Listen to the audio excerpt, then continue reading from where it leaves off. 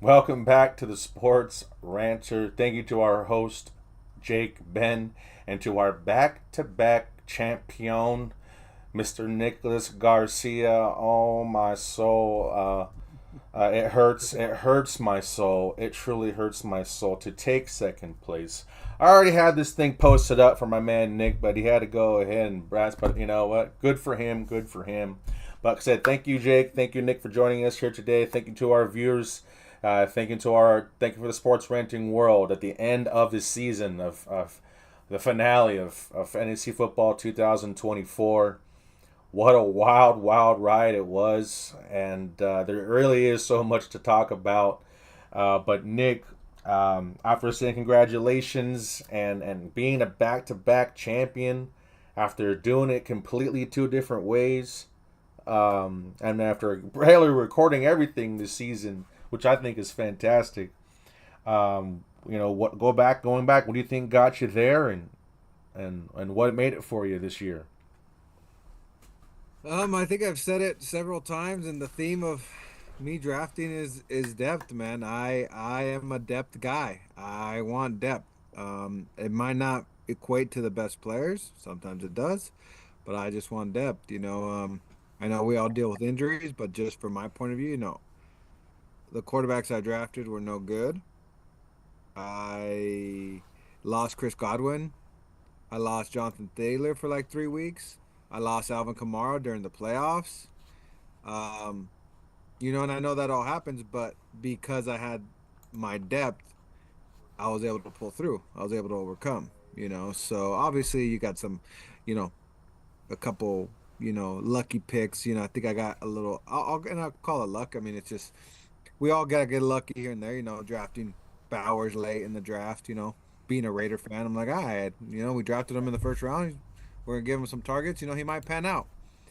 I never would have thought he was going to be the number one fantasy tight end in the whole league. So little things like that, pan out. But at the end of the day, it's that was my second tight end. So again, depth wise, right? I didn't like wait and just pick him and hope he was going to be great. Drafted Evan Ingram. Later in the draft, he's still there. I want Wow. some depth at tight end. There we go, and I just same thing. I went running back, running back, running back. Best available. I'll take the depth at running back, and they all panned out. So I just, luckily it worked out the last couple of years. Yeah, drafting depth, and yeah, I'm excited. I like that we were able to keep track of it, and what makes me proud, and I know Jake and Ben, I was updating the spreadsheet I have for the league. Like this is a competitive league, man. This is nothing to like. I am truly proud of it, not only because we do this podcast and stuff, but like this is a tough league. I got my three brothers in the league, which are Mm-hmm. just as, you know, knowledgeable at sports as I am. There's basically four Knicks in the league. You guys are obviously just as knowledgeable, and like this is a competitive league. Looking at everybody's overall record over the years and all that, like this is not an easy league. So to be able to win it back to back, it is an accomplishment, and obviously it's the league I run, but it was a cool ride. It was awesome, and I just like every year, like can't wait to draft again. I'm ready to draft for next year. Just kind of inform the background to the listeners and the viewers of what happened. Jake, I'll pass it over to you in a second, but to kind of toot my horn too, the reason why I was in was of drafting depth within my starter two. I drafted Chuba Hubbard. Okay, going into the championship game, he's on injured reserve. My guy, my dude, my man crush, my team.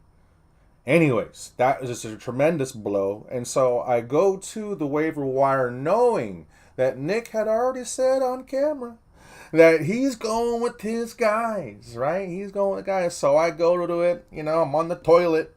I'm looking at it, gonna pick up Raheem Blackshear, the backup. Nick's got him. I'm furious. I'm crying. I'm pacing around the house. Like, Nick did something wrong. And I want to pass that on to you, Nick. Or, I'm sorry, Jake, what you feel about that, because I went in a panting frenzy, like Nick's dirty, he hasn't gone through the things that I've been going through this season. He doesn't need it. He's already been on camera saying he's going with his guys, but he still decides to pick the guy up, and But like he said, it's a competitive league. It's you got to go back to back, and in the end, it didn't matter, right? But It, it's that. I just think that's funny. I wanted to fill you in with that, Jake. Yeah, no, I think that's. I don't think it's dirty at all. I think it's a totally perfect move. My question would be, I'm looking at your lineup right now. It's championship week. Why did you have one of your horses? Why not have his backup on your bench? You got Chris Olave sitting there. You could have put Blackshear on it anytime you wanted, and you let him sit there. And Nick was first to the gun. The, that ain't it ain't dirty at all. I commend it. It's That's just kind of how it goes, you know. Well, I just Uh, wanted to be transparent that I was crying a little bit in that moment. I did remind Nick that you guys were rooting for me. Andrew and Jake were rooting for me because we didn't want Nick to be back to back. There was a lot of emotional investment into this, and I was trying to explain to my wife, to all the listeners out there, okay, almost 40 years old, walking around my house like a baby. You can hear everything, okay? But I'm trying to explain to my wife that, see, it's not about the money. It's about the bragging rights. It's about the bragging rights. And me and Nick were talking to Jake about I was gonna offer him like a settlement in the beginning. Like, hey, let's go half on the pot. But I already know that I'm too competitive for that. I would say no to that, and so I never even brought it up. But after everything went down, I was like, man, that was such a good idea.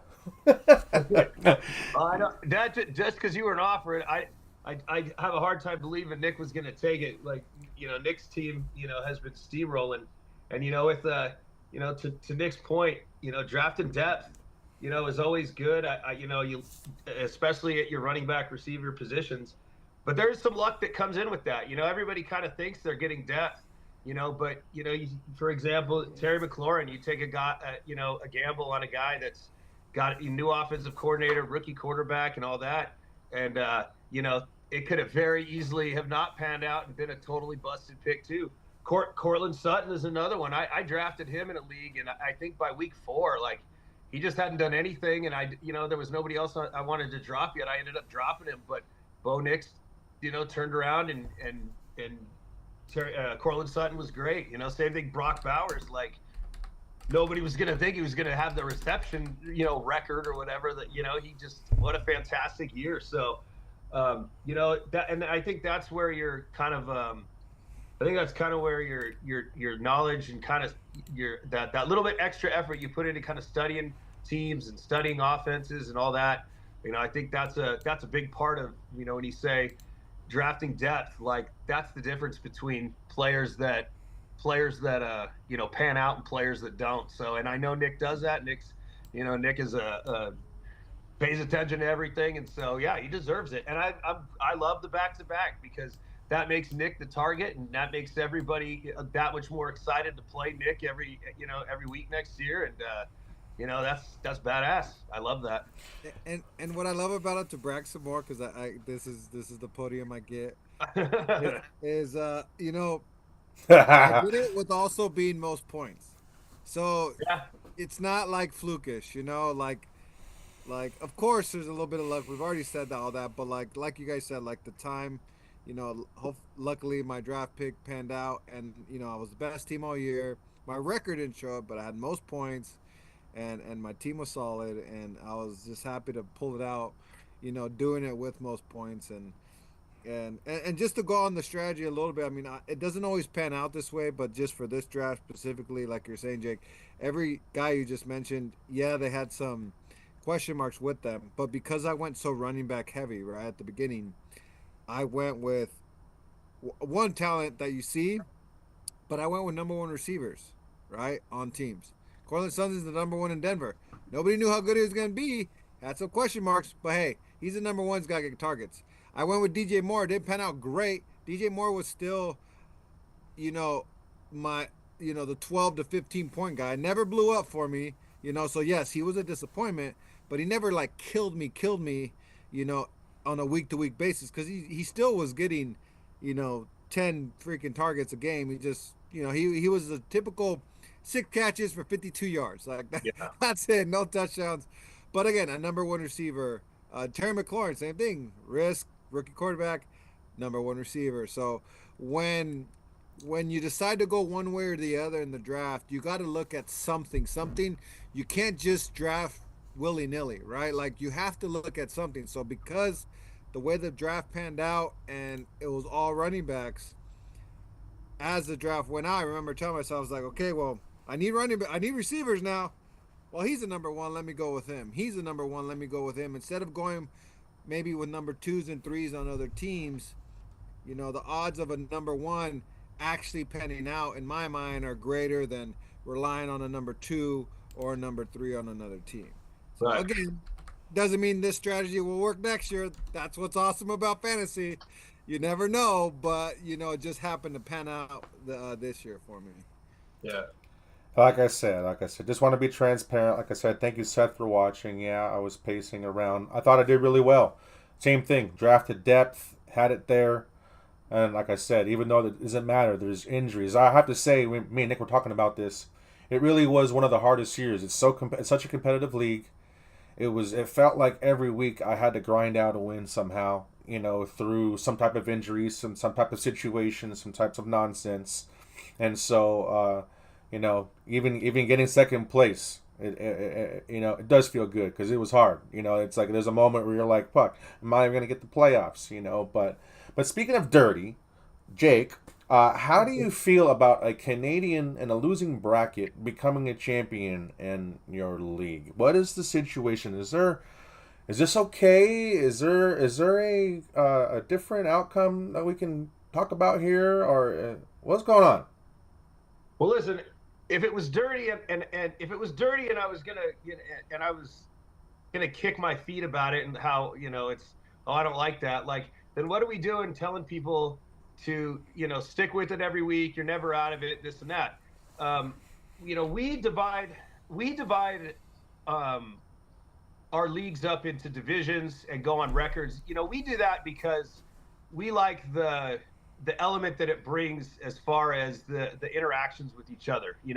Being having our rivalries, and I get to play you this week, and I get to play that this week. But as far as James goes, like in his run, he beat me in the first round, and I was high score in the league, and his team beat me, and then he beat Kenny, in the finals. Kenny, actually Kenny beat me, um, and then he beat Kenny. It's like, yeah, his guys came alive at the at the right time, and he had that. I think he was the let me see, he was the Burrow holder, and the Burrow Jamar Chase, and it's like that stat can make or break you, and they came on at the right time, as they always do, and it's like, no, I got no problem with it. In my league, it's pretty crazy because James won it this year, but James was in the finals last year with me. Last year, I was in the finals and I won it. The year before, I was in the finals with Corey. The year before that, Corey won it, and then I forget who and he was in the finals with me. And then the year before that, he was so basically what I'm saying is all three winners, the last three winners in my league, have all made it to the finals back to back to back. So talking about like competitive, it's like, that's wild. So James was there last year, and James is as goofy and as pasty as he is, and you know, the annoying little fucker. What was his points? Where was he at in points on the His points, he was pretty middle of the pack. I'll tell you right now. Hold on, those standings. Um, Let me get there, and then points for James was third in points. Okay, see that's what I was gonna ask, because I know the whole 5 and 7, and again, it Right. happened in our league. Like, fantasy is about points. Right. Unfortunately, matchups might screw that up. But again, if you have a solid team that just gets into the playoffs, Right. i.e., my team or his, third in points, dude, you're okay. He's 5 and 7. That doesn't mean, that's why I asked that. That doesn't mean anything to me. Right. That Yeah. just happened. You got screwed up matchups, but if you squeak in and you're third in points in the league, yeah, you got a shot at winning this thing. Like you weren't, Right. it'd be one thing if he was seventh in points and made it 5-7, then made a run. You might have a little bit of a like, man, that was straight luck, Right. But third in points, I mean, you're a top three guy. Your team was solid all year. You just got screwed up with some matchups, or you guys were beating each other up in that, in the whole division. So Right. that makes more sense. I hadn't heard that in all our podcasts yet, and so I No. wanted to ask it once he actually won it, where he was in points, and so that makes a little more sense, and that he was able to go for a run, obviously. And you mentioned Joe Burrow, Jamar Yeah. Chase, and Andrew, Andrew was the one he was kind of bitching about it, but Andrew was let me see, Andrew was 1, 2, 3, 4, 5, 6. Andrew was seventh in points, and it's like, and Andrew so always thinks he has the number one team in the league in every league that he's in, and he's a little biased when it yeah, comes. and keep in mind, and James, James had about 80 more points scored than him, and this is a standard league, so that's a pretty significant It's not fair.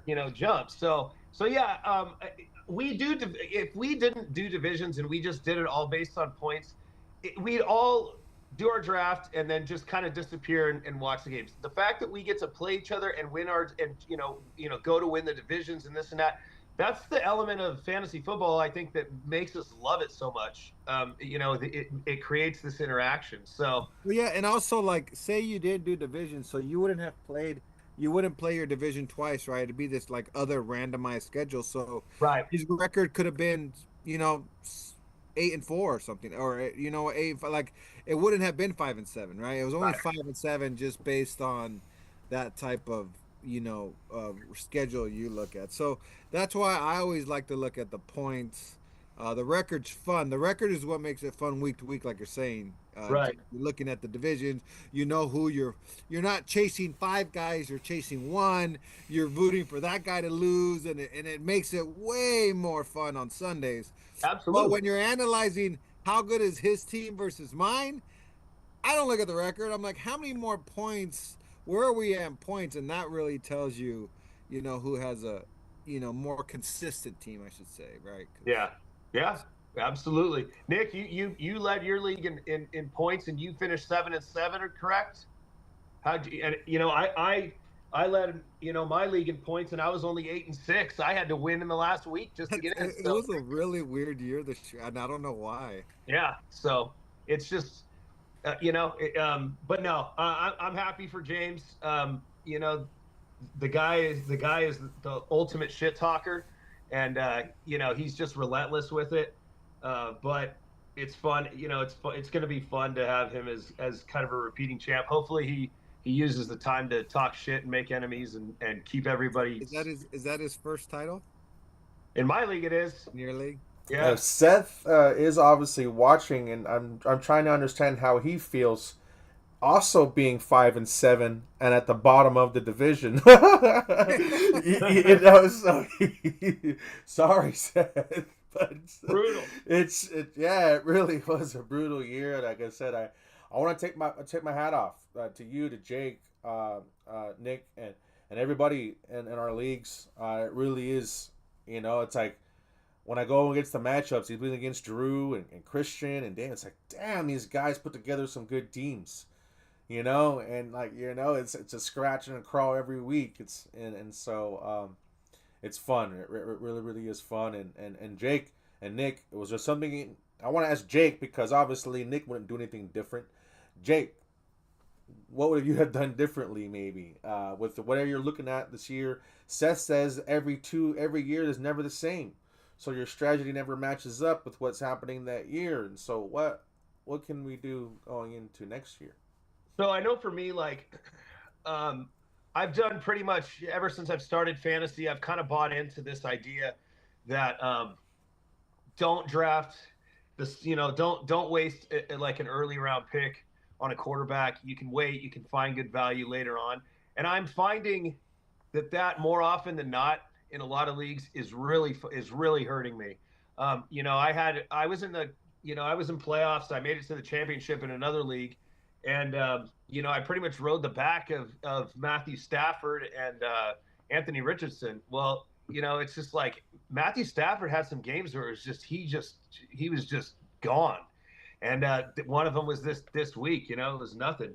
Another, you know, I had another one. You know, Geno Smith, and Geno Smith was a good value. You know, he was all right, but it's just like when you're going up against the Burrows and the Josh Allens and the Lamar Jacksons and some of these guys, it's like, dude, streaming quarterbacks taking these gamble. It sucks having to worry about that every week. You know, my league was the one league where I spent a early pick on Josh Allen, and it's like, you know, I know Mike. You know, Mike had the best record in our league, rode the back of Josh Allen. I love having that quarterback that you can just set it and forget it. Instead of having to worry about matchups and weather and this and that every freaking week. So I do, you know, and James won my league. He had Joe Burrow. So I think that that's going to be something I really, really look at as far as, you know, as far as the strategy of drafting quarterbacks late is for me, it's just more often than not, it's just more of a headache. The other thing is, you know, like, is recency bias is a really big deal. For the love of God, and I was on this show, I told you guys earlier in the year, I despise T. Higgins. I despise him. He's burned me so many times. But you know what? If it's the fourth round, he stays in Cincinnati, fourth round, early, whatever, and he's staring at me next year, it's like, am I gonna let that bias of what my past experiences with him has been, or you know, the experience this year where, you know, he showed up for the 3 games that he showed up, you know, but so you know, Devon A-Chain is another one. Like that guy, for whatever reason, just the off button hit, you know, the second half of the year, and it's like, I don't want to, you know, recency bias is a big thing. So try and leave that at this season and move on to next season, you know, with kind of an open mind and try and look what happened, you know, and or maybe why things happened. But I wouldn't draft T. Higgins. There was a time I think in our draft where it was like T. Higgins or somebody else, and it was my pick, and I was like, I ain't drafting the fucking guy. I ain't doing it again. He's gonna get me. He's gonna get me. Well, And during our fantasy draft, remember what was funny is, you know, Andrew was talking mad shit on Malik Neighbors, remember? Like he's trash, like no, the Giants suck, no. And then it got to a point where he couldn't pass on him, got him. And I mean, Malik Neighbors, he rode his back. So yeah, like even yeah, though he was being biased, like you were saying, Jake, it just got to a point where he had to take him, and it yeah, ended up working out. You yeah, know, he yeah. missed some games with injury, but like when he was in there, Malik Neighbors was a beast. So Oh, he was a yeah, stud. you gotta kind of get away from your biases if you can and just Yeah, analyze the football. But it's hard. yeah. We're emotional guys. We all do it. It is what it is. I hate his ass. I hate him so much. and Hey Ben, I wanted to talking on our league because you know, enough about me winning it. I wanted to show you know the viewers. Can you guys see my screen here? I still just see you. yeah. Okay. Oh, I had to hit share. All right. So I do the spreadsheet for our league for our viewers to show. So we are really, I'm really hardcore about our league. So you can see I won back to back. I have 2 championships, but to show the competitiveness, you know, I've highlighted some things. You know, my brother Christian's won it 3 times, so he has the most championships. I have me and Mario have the most top 3 finishes. Jake, you have the best winning percentage. Other brother Damien has made the playoffs 8 times out of the 11 years. So he's in the playoffs every single year there. Every year. Ben, Ben, you've made it 5 out of 8 seasons because you've only been in our league 8. He didn't start at the beginning, but 5 out of 8. Ben's pretty much, you know, in there 60, 70% of the time. So yeah, our league is you know, however you want to look at it, like Jake, you have the best winning percentage. Are you the best player? Well, you don't have the most championships. My brother does. But if you look, my brother either wins a championship or Right. doesn't ever win in second or third. Like he's only won 3 championships. That's all his top 3 finishes. Me and Mario have the best most top 3 finishes. But my overall record's 500. Like so it's just however you want to look at it, like it's I think it just shows the competitiveness. Like it does take a little bit of luck. Hopefully you get one less injury than somebody else, but that's what makes this league awesome. This is what makes the league so fun. And this is why we're doing this show. and trying to provide what we can to our viewers is because we're in legit leagues like this that there is no weak spots here. We all have to put in our work, or else we're gonna end up at the bottom. So Well, and you know, my roommate, he didn't work with us. He knows us. He knows you guys kind of through me and all that. And like how serious just he takes this league. He obviously he has a lot more shit going on. He has other interests and stuff, kind of, but he gets in the fantasy football, spirit and all that stuff. But I tell you, dude, like he on Sundays he's in three leagues, and I mean this is the one where like he is yelling at the TV and shit, and like all year long, dude, he was just riding this wave, and he was so intense about it, and he's somebody that again like doesn't really know everybody, it's like, but he sees the competitiveness. He wanted to win so bad, so pissed, dude. Like, so yeah, you're right. Like it's not I think it's if you're coming in just kind of hey for fun or whatever, like you're probably going to get destroyed every year. yeah. So I mean, I feel bad for Mike. Hopefully he'll not next year, because hopefully I do my three-peat. But he's the only one that's been in it for the 11 years that doesn't have one. No, he hasn't been in 11 because I haven't even been in 11. I've only been in I think 8. Did you come in late too? Yeah, I came in late. I came in I think 2014, 2015 maybe. I will have to check that, and I'll see. I gotta readjust it. Yeah, I So think these are wrong then. See, these are wrong. I gotta. No, I'm pretty sure. I checked this earlier, but I'll check it again. But I thought I double checked these because, to be honest, I had Ben wrong and I had Andrew wrong. I thought last year on the spreadsheet I had them as being in the league like since the beginning, and they weren't.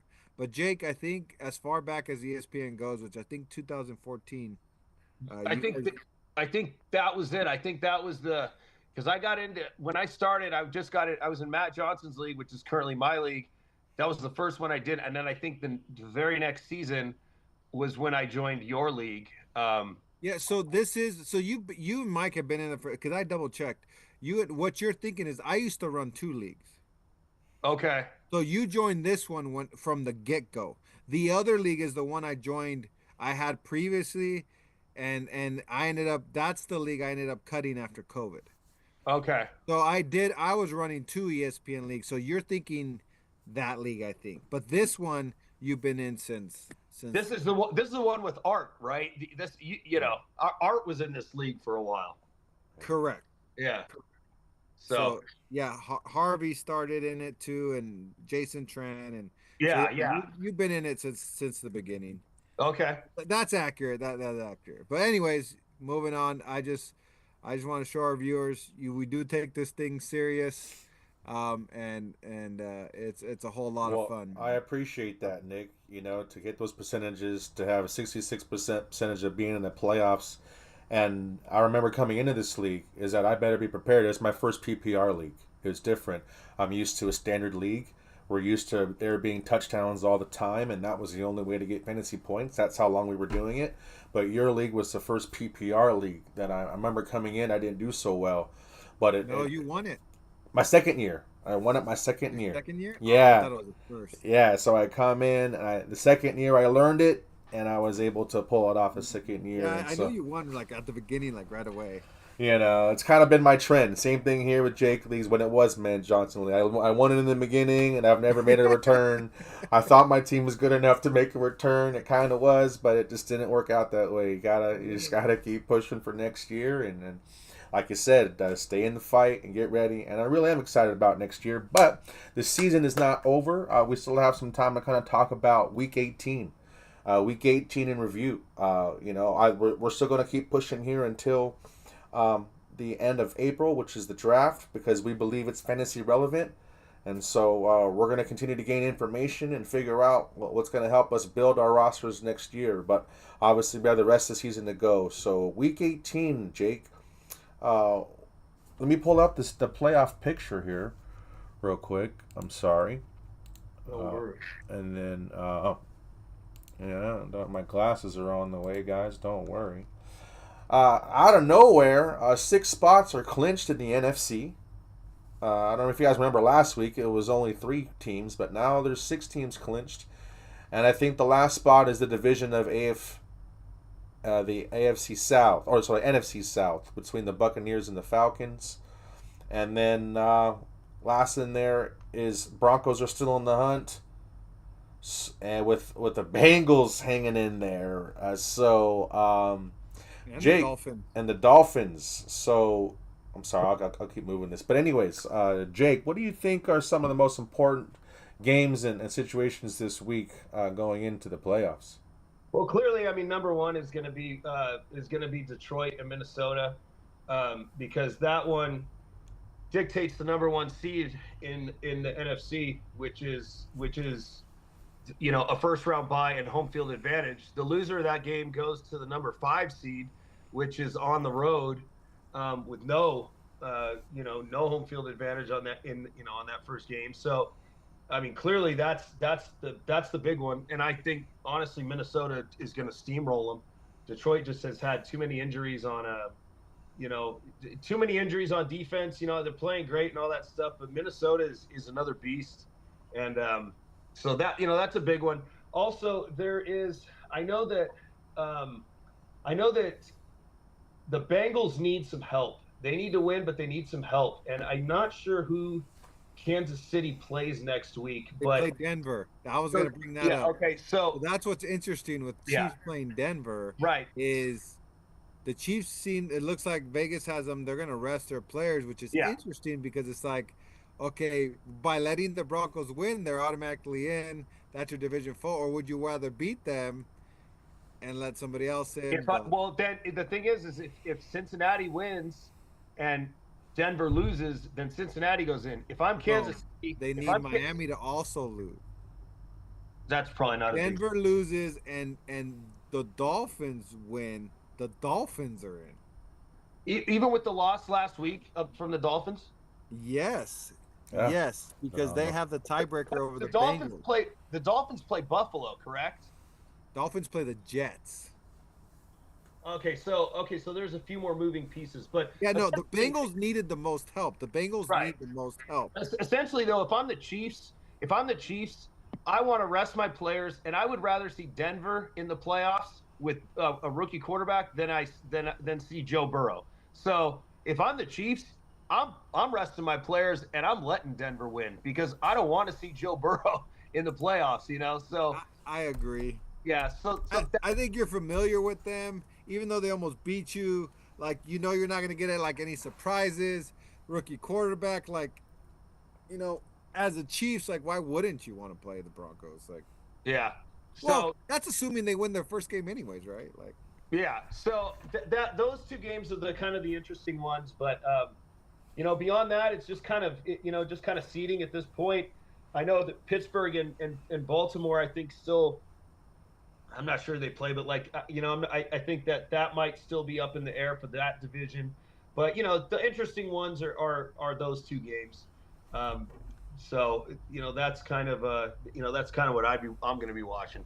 Just to kind of cover the NFC as a Panther fan, I'd rather see Baker Mayfield uh, in playoffs this season or with what's going on with Atlanta. So don't forget to root for the Panthers this week, you guys, against the Falcons. The Panthers still have a chance to spoil it in their division. I think they're for a field to do so, but just on a fan level, on a fan's perspective, I'd like to see Baker Mayfield back in the playoffs after having a pretty solid, good season with another different coordinator and coach. And so let's see it happen. Let's see it happen. And so, um, but I will also bring up that there's some movement. Like if the Chargers win, the Steelers lose. The Chargers get the 5 seed. They'll be able to play Houston. That's a big game there. Steelers don't want to drop to, you know, you rather play what Houston or you got Baltimore or the Bills. I'll take Houston all day. So that 5 seed in the AFC is super important too for especially the Steelers, the Chargers, and well, just the Steelers and Chargers. So the Chargers still have the capability to move up Yeah. in Houston, and that's a. I mean, I would pick the Chargers to win that game to be honest. Yeah. And then that makes it more interesting for the playoffs too. I did want to pose a question. being a fan, a Raider fan, and Ben, you saying the fan perspective. I'm like torn because I'm like pissed we won the last 2 weeks because now we have the eighth pick overall, and it's like I don't want them to go lay it down. It's a very it's a very emotional thing because I'm reading it like everybody's tweets and like everybody's like, oh, thanks, Antonio Pierce, or whatever, all these just horrible things, and I definitely see both sides of it. Like, as a competitor, as a football player, as an athlete, I'm like, dude, you're never gonna go out there and lay it down. One, that's how you get hurt. We know that. You can't half-ass, especially football. Football is a one game. You can't half-ass it. You're almost gonna guaranteed hurt yourself if you don't go full speed. Ben, you know that more than anything. When we practice, like, you gotta go. You gotta go at it, or else you're gonna get hurt. So if you're on the field, you gotta play. But as the fan, I'm like, man, like, dude, eighth. And now we can always still trade up and stuff because I really do think I've said it throughout the year. Like, I know everybody analyzes our team differently. Everybody thinks we're so far away. We aren't that far away. We're one of the youngest teams. We're just like Green Bay without a quarterback. Okay, like if we had a quarterback, we'd be this young, talented team that nobody wants to play. That's who we'd be. We just don't have that quarterback. We need some O-line help too. Obviously, we don't have all the holes covered, but we are one of the youngest teams in the league, and we put up a fight. Like we're there. I mean, we beat Baltimore this year. We almost beat the Chiefs. Like, we don't just roll over. Yeah, we've had a couple bad games, but like, it's not like you just play us and it's just easy money. But it's just tough. It's just tough as a fan because it's like we want that quarterback. We need that quarterback, and we get 2 wins in a row, and we're sitting at 8 now, and I'm like, great. Now what are we gonna do? Go ahead, Jake. Well, I mean, I got something. Yeah, I get it, but I really think, and again, you were saying, these guys are all athletes. They have to compete and this and that, but I don't think you build a culture by just hanging up games. You're putting so much like we're going to get this number one pick where we're just going to hang it up and call the season a wash. It's like, what about these guys that are like playing for bonuses? What about these guys that are going out there and they don't want to lose and all that? If your culture is like, well, hey, when we're out of it, we're going to hang it up. It's like the Raiders. You guys did all that with Aiden O'Connell and Gardner Minshew. It's like there's no guarantee that anybody at that number one pick, as we've seen time and time again in these recent years, is going to be the answer, the be all answer, to these franchises. So it's like right now, look at Bo Nix. What pick was he? Look at Michael Penix. He was picked. I think he was the eighth overall pick and all that. Like it's been proven. Brock Purdy. It's been proven over and over again. Like, just because you're not getting that first pick, that first overall pick or whatever, it's like it doesn't mean everything. That player is not a slam dunk. If it was a slam dunk, yeah, of course, but it's not. And rarely it doesn't work out. So I get what you're saying, absolutely. But teams that are fighting for that number one overall pick, it's more than one fucking player. It is more than one player. You got a lot of rebuilding to do, and before you're going to take any player in the draft and have them come in and have success, you have to build a culture of this is not acceptable. Losing is not acceptable, and that's the culture. We're gonna fight and we're gonna win games, and that's how you do it. I think you Like, hit it out of I the. like that. I think you hit it out of the park, Jake. Especially when you're a coach. Antonio Pierce, as a player, he knows that it's a player's game. The players win the game, and if you're building a culture, you can't send a message. That's the hard between GMs and coaches. But as a coach, you can't send a message that you're gonna just lay down and fold and quit. You got to fight all the way through, and you got to win the games. And I agree the same. The same thing's happening in Carolina with Dave Canales. All the starters are playing. Everybody's a go. If they're not injured, and it's because the same reason you have to go out and win and finish strong and not really think about those things while you're in that process of building. And so, but with that said, you guys, I unfortunately got to cut it short. Kind of get early because of traffic and the work. But I just want to say it once again, congratulations to Nick on going back to back. And I just want to say thank you to you guys for being here every week, 6 p.m. On number one, because of our competitive nature, I think, but just to help other people gain a little nugget, gain a little niche, and help them do the same. Help them humiliate your friends, your family, and your neighbors, right? That's why we're here. And so I just want to say Happy New Year's to everybody. God bless. And once again, we're going to keep rolling here at the Sports Ranter. We'll see you next week, 6 p.m. live. All right, you Later, guys. guys. Peace be the Happy journey New Year, guys. and one love. Late.